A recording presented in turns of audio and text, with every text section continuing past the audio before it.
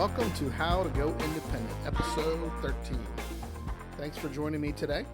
We've got another interview with an advisor, much like a couple episodes ago. Today I'll be talking to Todd Simmons, another advisor of the network that I helped put together. As we're getting started here fairly early on in the podcast, that's the best source of people that I know I can probably get to talk to me.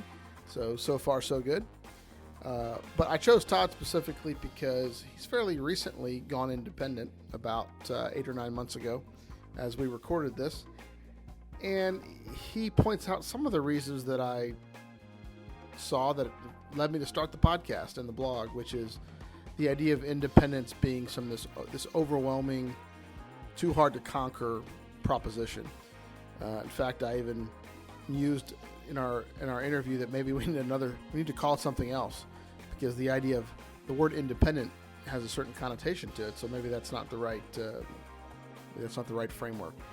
In any event, I think you'll find Todd's insights particularly useful. His experience, if you've ever thought about the idea or pondered it, I think you'll find it useful. Really good guy, good, interesting background on how he got here, and I enjoyed the conversation. One thing I noticed after the fact is I did not point out how to track him down, how to find him. If anyone wants to follow up with him directly and hear his experience or ask him questions about anything we discussed. So stick around after the interview and I will give you his contact info and we'll go from there. Without further ado, here's Todd Simmons.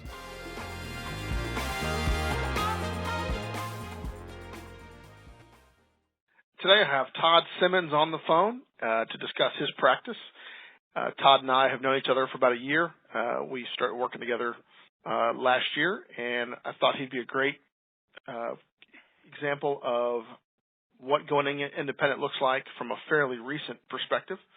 So, Todd, thanks for joining me today. Well, thanks for asking. I appreciate it. Oh, my pleasure. Well, why don't you tell us a little bit about your background and sort of kind of tell us before you got in the business, kind of where you came from, and we'll go from there. All right. I was born in Shreveport and grew up most of my life just south of Shreveport in a little town called Manny, Louisiana. And my dad had a law practice there. Went to LSU Law School, so I kind of grew up. I was born into an avid LSU Tiger family, and so been an LSU fan all my life. But I opted to go to Louisiana Tech, got a political science degree, thinking I was going to go into practice with my dad, and I figured out pretty quick that wasn't probably the way I needed to spend my life. So I went back and got an accounting degree at Northwestern State, and ended up getting my MBA at Centenary College in Shreveport, worked for the city of Shreveport there for several years, and worked my way up into a deputy director position, and decided to change careers and actually moved from Shreveport over to Mansfield, Texas to start my financial services career. I've been married to Rona since 1988, and we have a couple kids. Alana, who's a nurse, lives out in California, and our son Nolan got an art degree at Centenary College as well, and he's still in Louisiana and working over there doing some things with some artists and collaborating with some people over there. So started my career in 2001 with another firm, and worked here in Mansfield for about 13 years with that firm, and ended up kind of getting forced away from that firm and transferring over to another Todd, firm.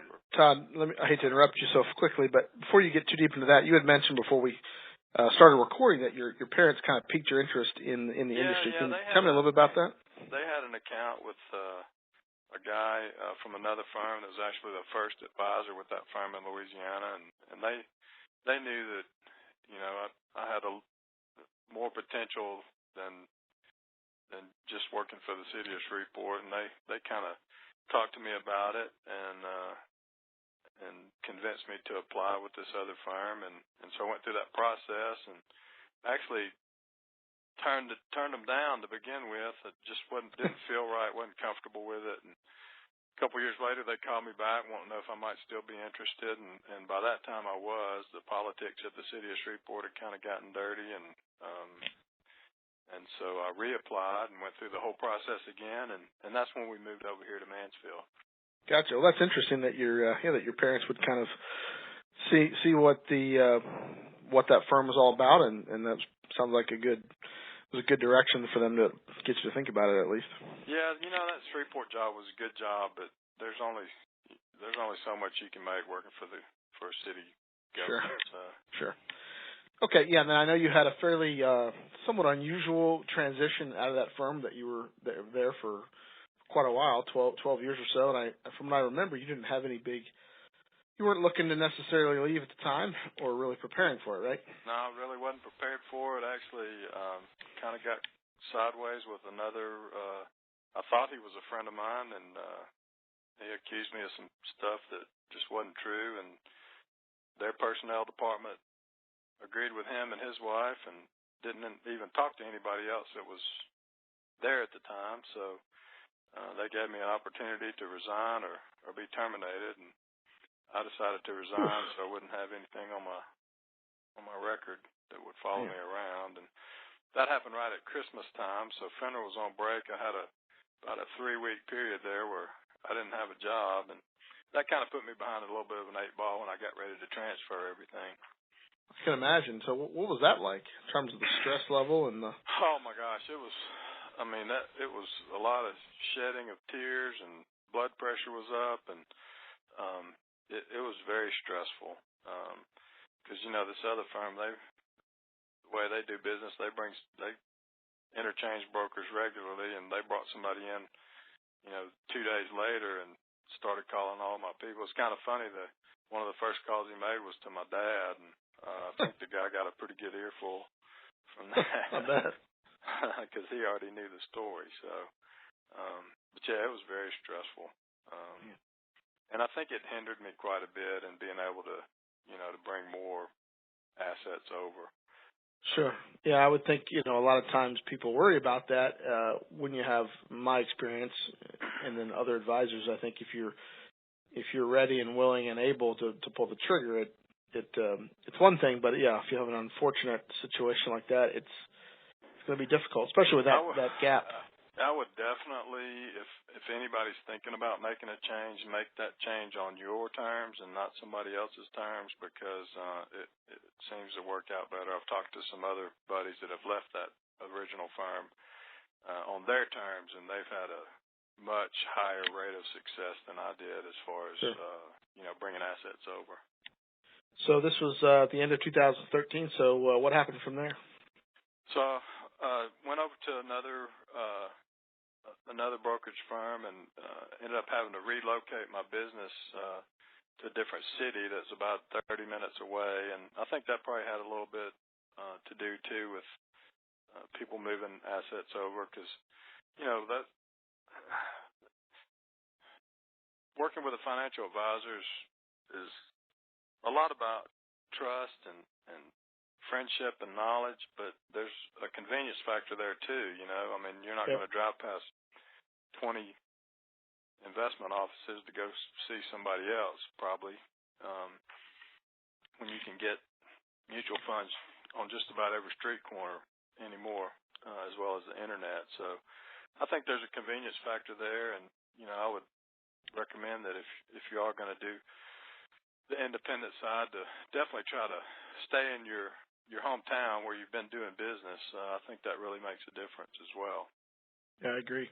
So was this to an independent firm or another employee model firm? It was another employee situation, and actually the firm I went to has a grid system. So if you're making below a certain gross commission on an annual basis, then they reduce your payout. But since I was new moving over and kind of had a unique situation, they gave me an enhanced payout for about 14 months, and then after that I still wasn't quite to the grid number that they were looking for, and so that payout got cut to 20%. And you know as well as I do, this job's not very much fun when you're making minimum wage. So No, not at all. So when you moved, I remember that you had that kind of that timeline, but to get, you know, the payout, was that, I didn't realize that was a bit of an exception. What was the normal policy? Do you remember, or do you know? well, normally if you're making below 250 gross per year, the payout is 20%. But once you get over to the 250, it goes up to 40. And then I think at 300, it goes up to 48 or 50. So, you know, the difference between a 20% payout and a 50% payout is enough to make a difference at my house, because I still have a mortgage and a grocery bill. So, sure. Okay, very good. Yeah, then why don't you take it from there in terms of when did you start to realize you might not get to this bogey, and how did you sort through all the different options out there since this time? Well, it's funny because when the original transition happened, I interviewed with several different firms, and the firm I ended up going with was a lot like the firm that I was with before. And I'd actually talked to another LPL or another advisor, independent advisor, and just wasn't comfortable with that whole process. I didn't think I was ready to do that. Yep. On top of everything else that had happened, I just didn't feel like I was mentally prepared to make that move to the independent. Because that word, when you've been an employee with a brokerage firm, that word independent can be a little intimidating and frightening if you don't know what all's involved with that. That's a good point.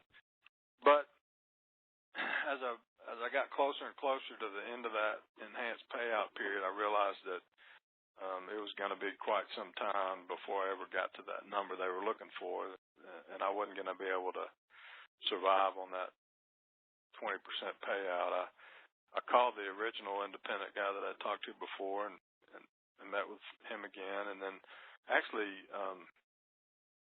had a guy that I worked with at the first place that had gone independent, and called him up, and he's with a different group, and so that's when I met you. We had lunch one day, and you kind of told me about the benefits of the group you're with, and it really piqued my interest, and you got me in touch with a couple other folks in your group, and we had lunch, and that's really when I committed to the group that we're with now. I just really felt comfortable with the management team and the whole process and the help, and there's just a lot of added benefits that I didn't see from the other independent guy that I talked to. So that's when I decided to join our group. That's good to hear your experience. I think it's still an evolving field where the out on an island, you know, one man, one woman shop is still alive and well, but there's this kind of this middle ground that I think hopefully we're occupying. Like you said, you know, you run your business day to day. But you know, I know the support system, right, of people that you actually know that you can, you know, you can go shake hands with them if you need to. It's not just a 1-800 number in California or St. Louis or wherever it is. Yeah, in a lot of ways, not that we're trying to copy that model, but that the original firm you started with, in some ways, I think this mirrors their system in terms of having the local connections, but being on your own day to day to have, you know, not someone looking over your shoulder. Obviously, independent is still a lot different than an employee, but there is that. It's nice to be connected to something besides just yourself, because it can get lonely out here doing what we do. I totally agree.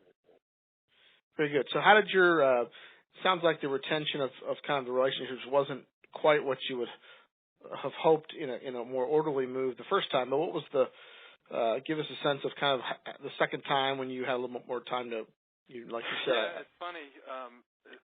I think sometimes we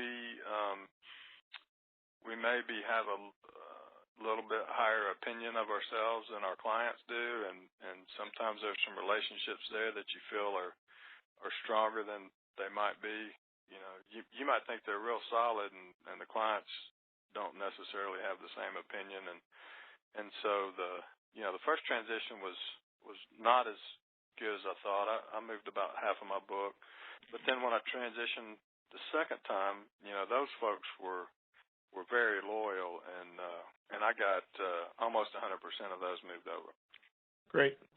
Yeah, I think, it's hard to know, but given the nature of how that first one went down, and who knows, I'm sure you heard some of that from your clients, who knows what was said. And and that was the other thing. I've heard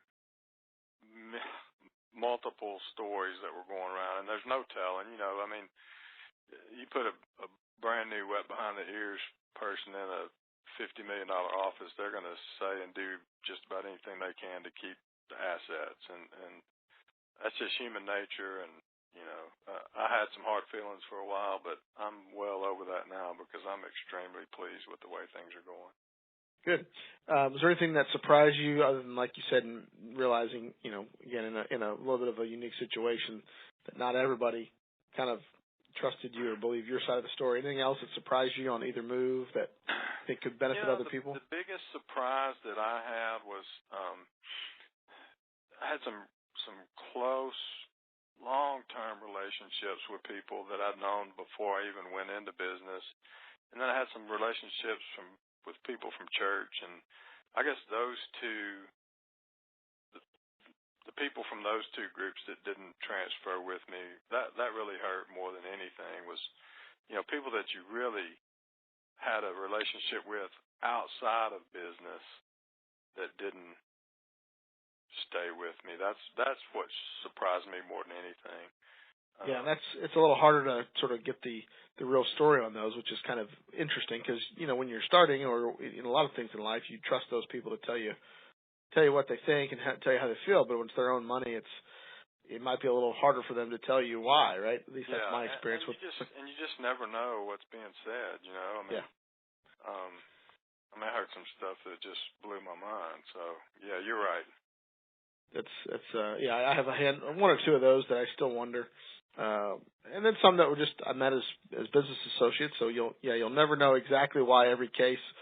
It seems like, generally speaking, if people move, especially if it's a planned move, that you can retain enough to do a good job and have a heck of a business, but you'll never get every single person necessarily. Right. Yeah, and I think that's the biggest thing. If you feel like you're going to get 80. You're probably not going to get 80%. It's probably going to be something less than that. So I would definitely, when you're getting ready to make that decision, go conservative on what you think you can move over, and hopefully that's enough. And if you get more than that, that's great. But I would definitely not set my expectations too high because it can be disappointing. For sure. Sure. Yeah, you don't want to build a business of expenses in particular around a certain revenue number and then come in under that. That could be very stressful, obviously. That's correct. I'm thinking through this timeline. So you were at the first place about, like 13, you said, 12 years. 13 years.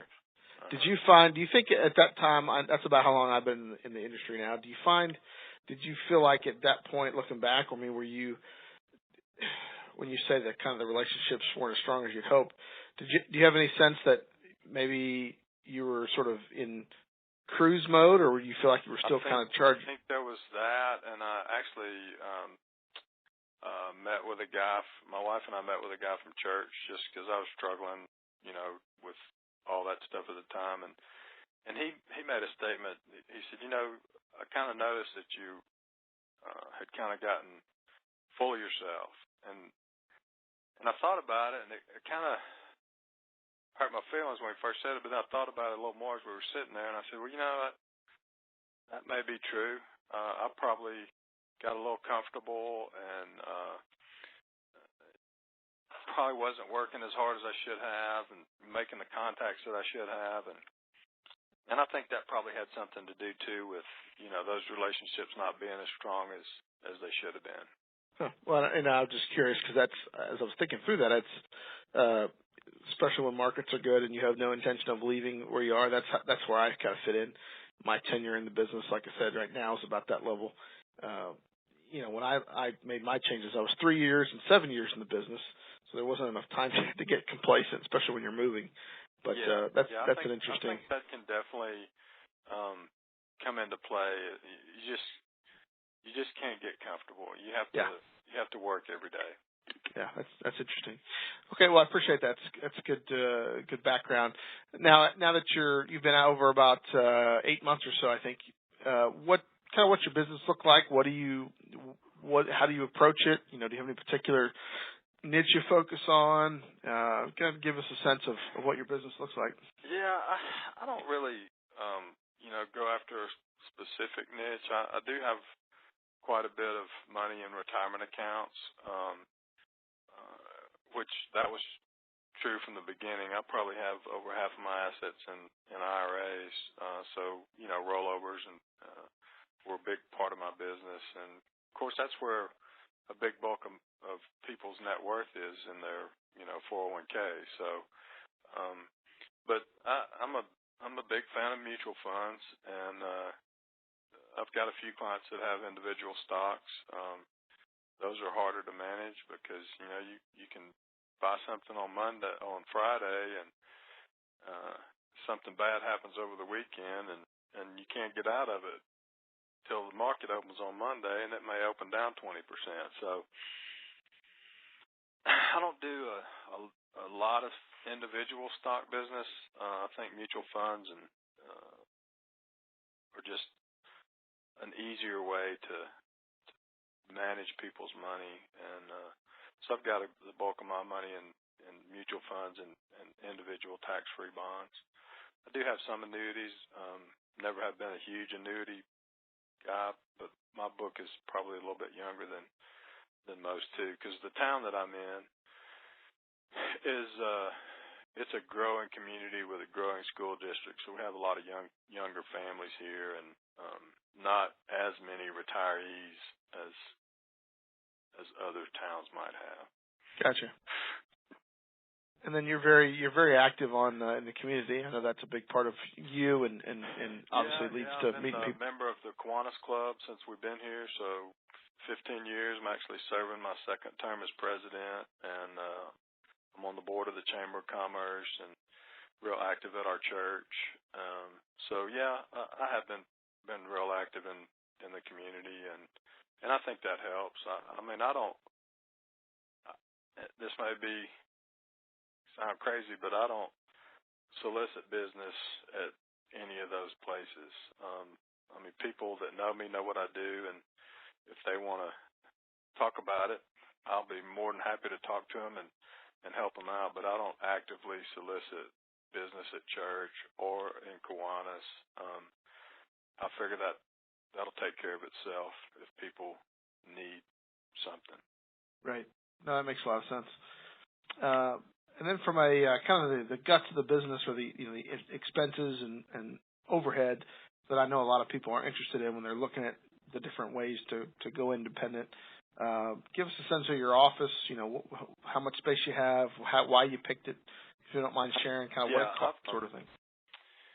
I actually looked at several different places here because I do feel this is just me, and that's just how I started in the business. But I do feel like it's important to have a place for people to come sit down and see you sitting behind a desk in front of the computer. So I actually found an executive suite over here where I am, and there happened to be a little 3-suite complex. There's one small, and then the guy that was in here before had already taken the wall out of between the other two. So I have a double suite and a single suite with a door between them. So kind of have a little reception area, and got a really good deal. I think I got about 1,200 square feet here, and it's about $1,200 a month, which I didn't think was outrageous. But I know there's probably a lot of folks out there that work out of the house or just work off a laptop. I started my career that way, and I didn't like it. I think you need to go to work and then you need to go home. That's just my personal opinion. Yeah, I think definitely, even if it's from a business perspective, if it works, it's definitely a personal preference. Not everyone's built to do that. Not everyone is able to, or it's not feasible if they've got, I got small kids. I do work from home sometimes, but it's not ideal. Right. They make noise. And so, yeah, you're right. And there was, some initial cost. I had to buy a desk and computers and I had some furniture from my previous place, but I did have to buy a desk and computers, and I went ahead and went with 2 monitors because I like to have everything up so I can see it when I need to see it. And so there was some upfront cost there, but it wasn't outrageous. Right. Yeah, and the other thing about the office piece is, I think, much like you said about planning for, taking less than you think, just to be careful, I think it's a lot easier to ditch an office later on after 6 months or a year if you realize you don't really have to have it to run your business for some reason. If you can go that route, that's something, depending on your situation, to consider. But I think from a perception standpoint, it definitely helps. At least that's the approach I took 6.5 years ago.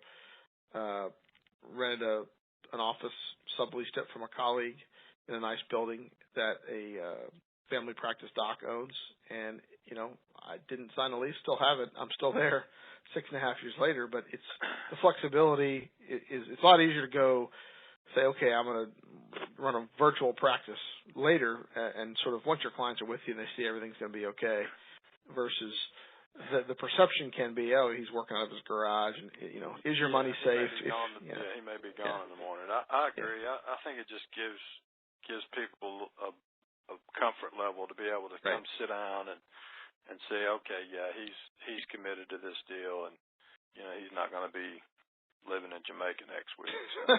Right. And some people, if you have clients who they value the really high-end office space, if that's the kind of client base you've built, then you got to know your clients also. I think, Todd, your clients are like mine. That's not why they picked you, but again, there certainly are there perceptions you want to deal with, especially when you're in transition, and you don't want to add any uncertainty or any holes for people to drive reasons through. Exactly. Well, very good. And what about from a I ask about office because that can be a larger expense for running the business. What about staff, which is usually the biggest if people have that? What have you done, and what's your overall outlook? Well, as you know, the group that we're with has a transition specialist, so that was extremely helpful. That was an invaluable resource for me. Just coming in, not knowing the system, it would have been a very, very slow transition without having that person to help, and that was an invaluable resource for me.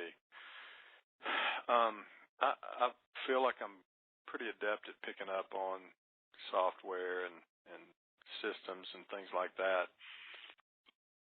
So I have figured out how to use our system now and feel real comfortable with it. And it's interesting, we had that little market pullback towards the end of the year, and then we had another one here to start January and February, and I really didn't get a lot of phone calls when all that was going on. I got a few, but not like I was used to getting, where people are just overly concerned. And I think that's due to the fact that the clients I have now are extremely loyal. They've moved with me twice, and they understand now kind of what the whole market cycle's about. And so I didn't really get a lot of phone calls. I don't have a staff person right now. I expect that if I get back to $40 to $50 million office, I will have to have somebody, because when you have that many households and that many assets, it just lends itself to more administrative type work. And so I suspect here over the next 12 to 18 months, I will probably have to bring somebody on, a staff person, just to help with that administrative stuff. But right now, I don't have anybody. I went on a little vacation here recently. I was out of the office for a couple of days and just changed my voicemail to call our main number of the group that we're with. And I got back and didn't have any calls while I was gone. There was no missed calls on my phone. So it really hasn't been a need as of yet. I think we have a the ability to do a kind of a shared administrative deal if we need to. I haven't done that yet, but that might be my next step before I hire somebody, is if it gets to the point where I need some administrative help, maybe take that approach first before I commit to a staff person, because that just, as you know, having employees is a whole nother set of things you have to deal with. Yeah, I agree. And I think I've probably mentioned on the show before, but I think we've exchanged emails. I'm definitely piloting that kind of idea internally and maybe even externally, because I think that's a great progression to go from. It's good that you know the system, or we know the system as advisors, just because, one, so we can do it. Two, we can train someone. Three, we can spot problems. If we hire someone that isn't a fit, we can know that. Because we'll know when things are, when there's a better way to do something. I definitely think that, in my opinion, again, it's very important to really know how to use the system yourself, because you just have to be able to do it, because, you may have an employee that's sick for a week, and if you don't know how to use the system, then you're kind of caught in a hard spot there. Right. So I think the going from nobody to a full time, that's a huge, as you referenced, huge gap. Yeah. So there's there's the expense, there's the management, the time and energy, tax issues. I mean, there's just a whole Pandora's box that you open up as soon as you start hiring people, and I haven't been willing to take that on yet. So well, you really aren't very deep into the whole process yet in the big scheme of things, so that's understandable. I noticed at the wirehouse that I was at, the shared model could work, but the challenge there was if you got 5 people and there's typically at least one squeaky wheel, right. And if these are all employees of a larger firm, no one really has the. That seems like there's a demand somewhere out there for, like, your practice and mine to some degree, where I don't probably need a full-time person just for myself, but I really like having someone to go through the daily stuff, or Yeah, and work on. I thought about that too. Is when I do get ready to do that, it will most definitely be on a part-time basis. Maybe a 9 to 3 or 10 to 3, something like that. Not an 8 to 5 employee, full time. I would probably start out something part-time, maybe even 4 days a week, just to start when I get to that point. But right now, it's just they're just, and really the first place I was with, I really felt like, I had an assistant, and she did stay busy, but I wasn't ever really sure exactly what she was doing, because I didn't feel like there was that much work to be done. But Right. She kept herself busy, so. Yeah, it's great to have support, but I noticed that about that business model when I was there, that as you know, I started there as well. It just seemed like it's a phenomenal resource, and I think it's great for customer service, but it seemed like overkill at my stage in the business, in my scale. So it's, again, that's, you get that choice where we are. We didn't have a choice there. You're certainly not going to turn down free help, but it didn't seem real efficient. Right. Yeah. Okay.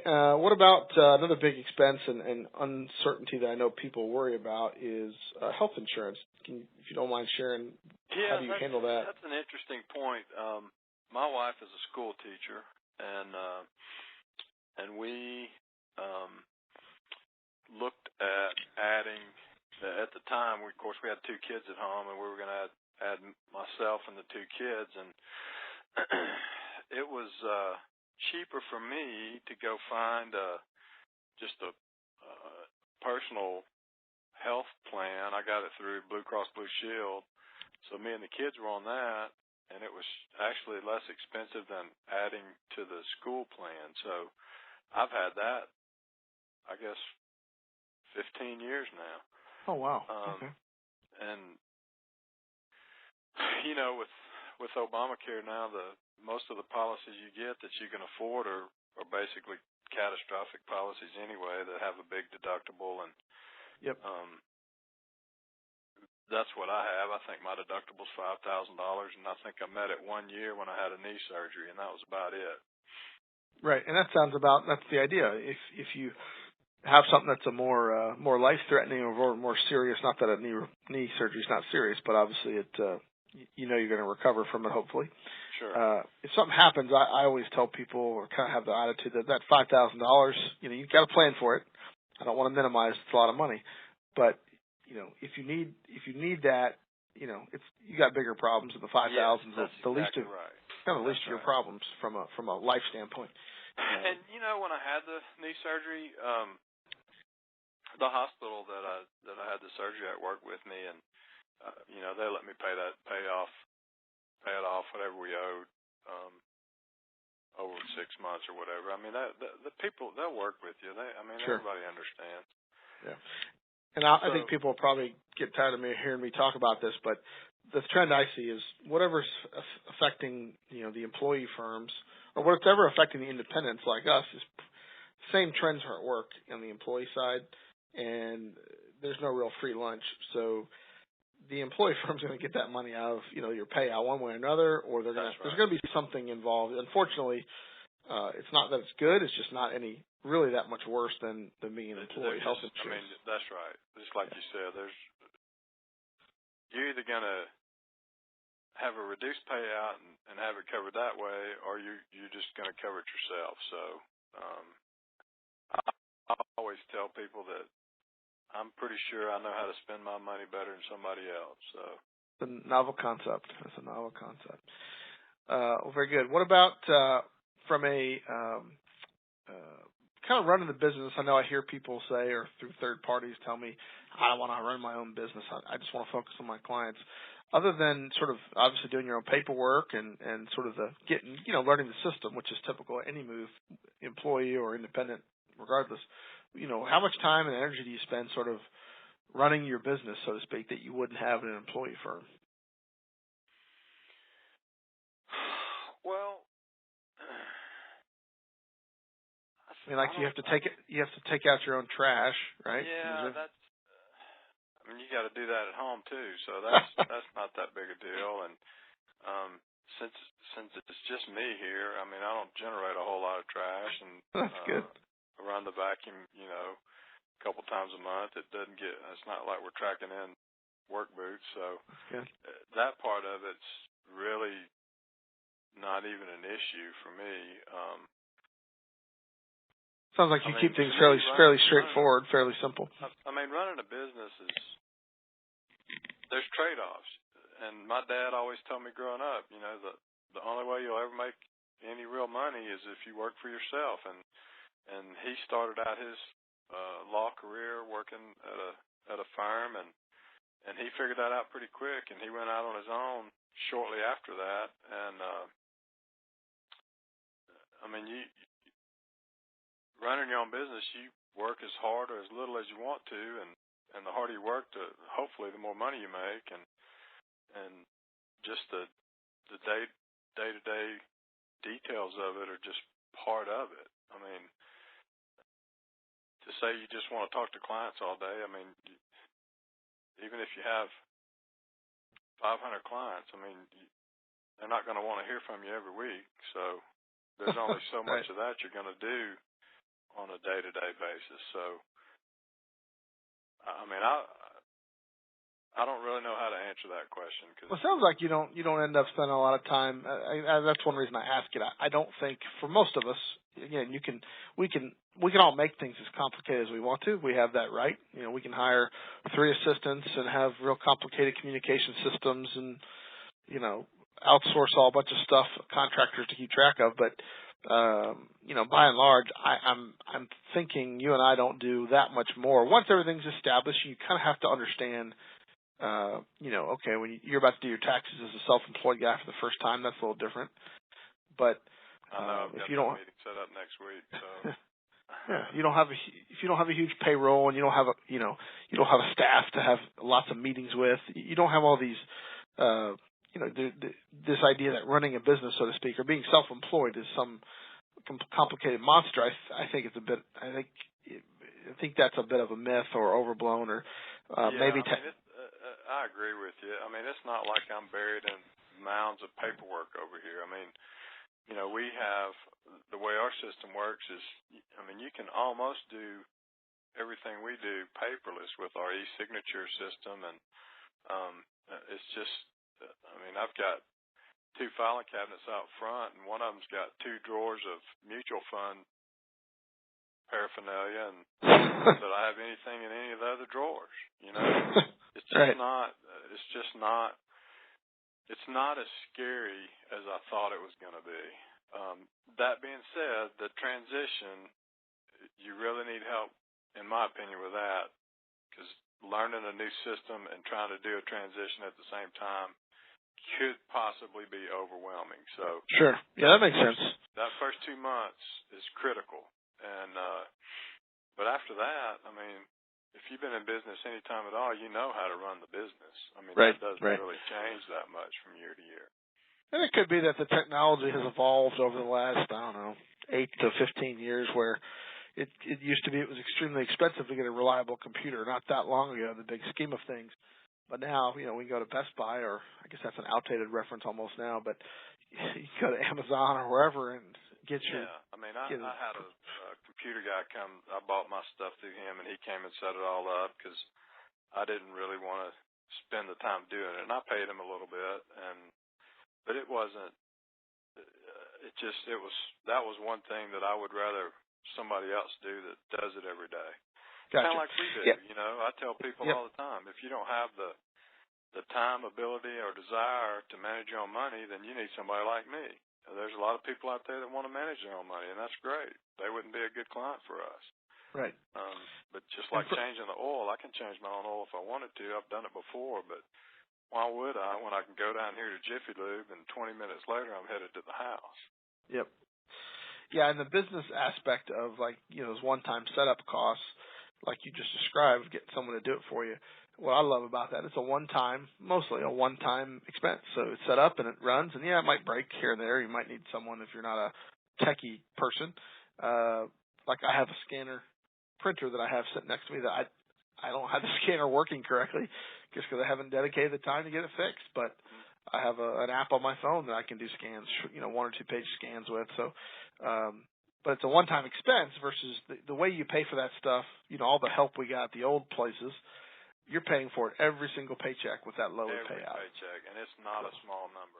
No, so it's I understand the value, and you do too, of outsourcing, getting help, and having experts, and I don't want to minimize that, but man, it sure is.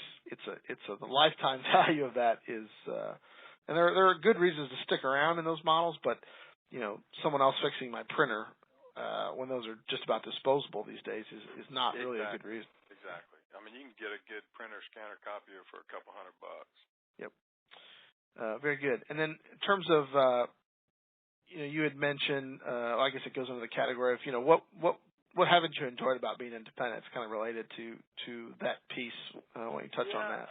I guess the biggest thing that I've had to get used to is the difference between being independent and being an employee is when you're an employee, you get told, what to use. There's one system that everybody uses. But when you're independent, you have to kind of pick and choose the systems that you want to use.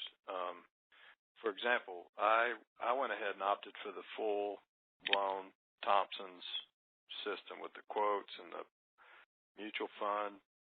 I need to have that just for my personal benefit. And so I went ahead. That was one of the first things that I invested in was the Thompson's system. I just recently added a contact management system because I know we need to keep notes when we talk to people, and I like to call all my clients on their birthday, and so I needed a system to do that. I had a 2-page printout, and it just wasn't working for me. So, so what CRM are you using now? I'm using Redtail. How do you find it? I like it. I wish it integrated with our system. So you have to do you have to download your client information and then transfer it over, and then anytime you add a new account, which I'm glad we're talking about that because I just added one today. I need to go add that person over to my Redtail. Right. So that's a little cumbersome, but again, that's part of the reason you go independent. You know, you have that freedom and flexibility. There's pros and cons to everything. Sure. Yeah, and at least in our case, I would assume one of the reasons you chose Redtail is because someday, supposedly, that's going to integrate with our system at some point. Yeah, and there's systems out there, and there's another one out there I looked at that costs a little bit more because it's they use the word customizable. Well, I don't want to customize anything. I'd rather load it on the computer and start working. I'm not one to spend a bunch of time, trying to create my own wheel. I'd rather use a wheel that's been around. So kind of figure out how it works, and if it's sort of the widely used option, it's probably pretty good, and at least an 80% solution in terms of what you'd want anyways, and go for it. Go start helping people.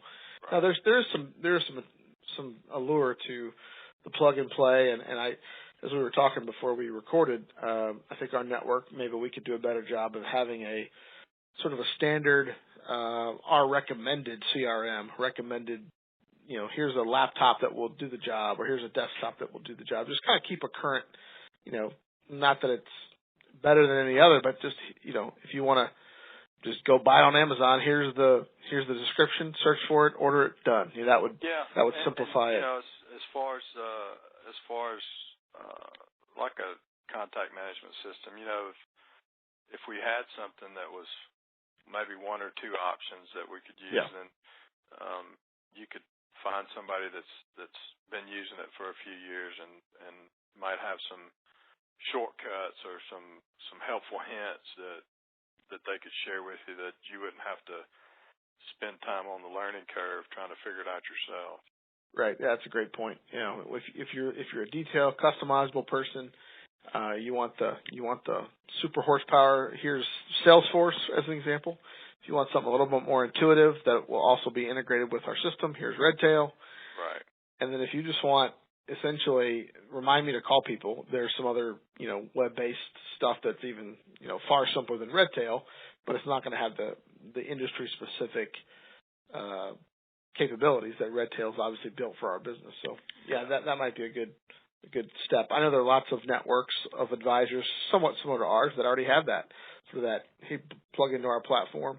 Some of them might smell and look a little bit more employee-like in the lack of customization, but again, that's one of the reasons I'm doing this podcast is there's so many options out there that I get excited about lots of options, but I think a lot of us in other areas of my life, it beats me down. So in a lot of ways, too many options is a bad thing because it's just too hard to sort through. Well, very good. Any other issues that if you'd say, hey, if I could do something different in how my career has progressed or setting my own practice, anything in particular that jumps out at you that you would like to have a do-over on?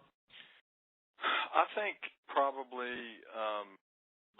the one thing that I would do different if I could is, make that transition on my terms. That didn't happen. But the other thing that I would that I wish I'd done, I wish I would have come here the first time because it would have been, I think it would have been a lot better for me. I think it would have. It's just not that. Like I said earlier, that word independent, I think, can carry a fear factor to it, and it's just not. It's not as big a deal as I made it out in my mind to be. It's just.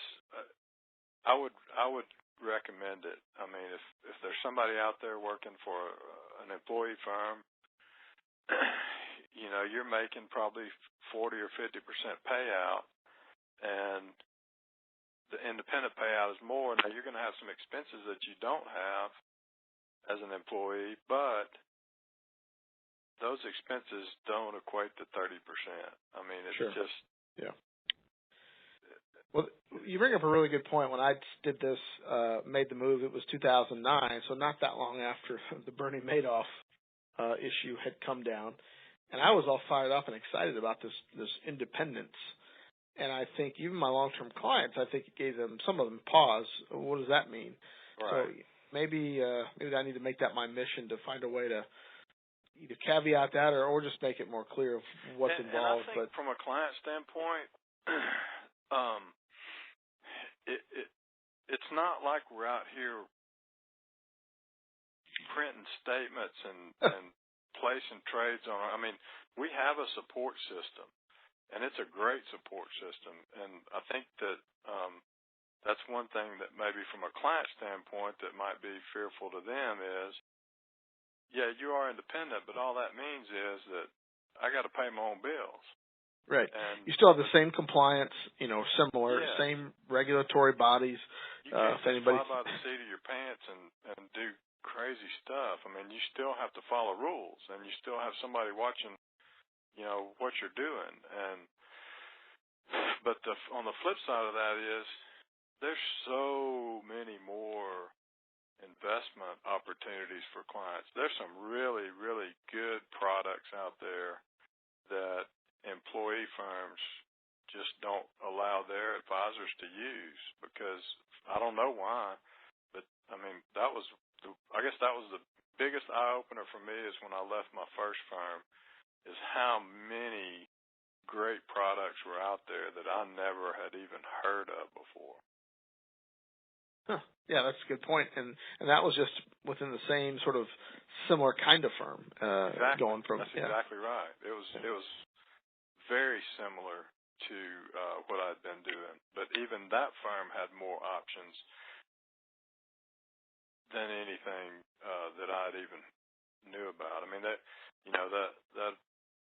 word annuity kind of brings its own connotations, but there's some really, really good products out there. They've evolved over the years, and there's some really good products that don't have high fees, that don't lock people in for 20 years, and that's what we were always told at my first firm was these are the products we offer because this is how they work. Well, there's so many more opportunities out there for clients that can help them reach their financial goals.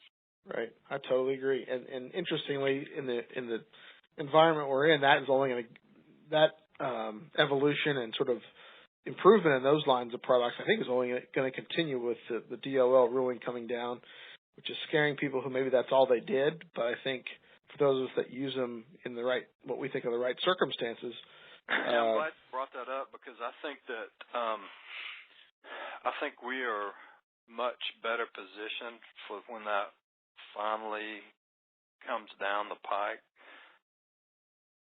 to make that transition than some other firms are going to be because they've done business the same way for years and years and years and yep. when they have to start calling their clients and say, okay, we've been doing business this way, but now we have to do business this way, I think there's going to be some issues there, and I think we're much better prepared for that change than other firms are going to be. Yeah, I tend to agree. And sort of the nature of, I think the word independent comes from the fact that like the firm we're affiliated with is not owned by a bank. And also it doesn't manufacture or, it doesn't make its own products. It doesn't have in-house stuff.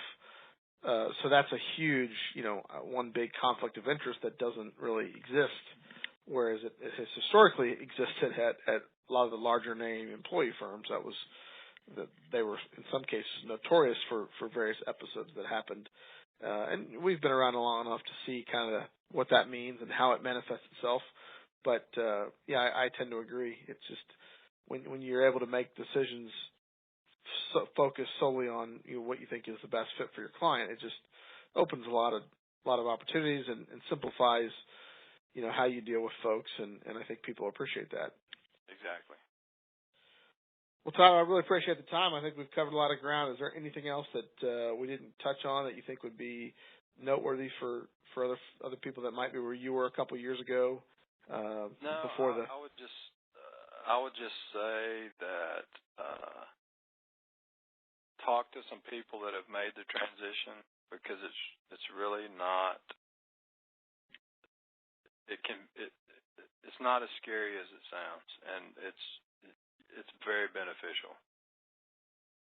Great. Well, thanks again, and look forward to keeping in touch, talking soon. Sounds great. Thanks for your help.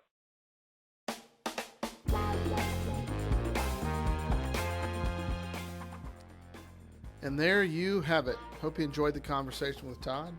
As promised, here's his contact information. You can email him at todd.simmons@lpl.com.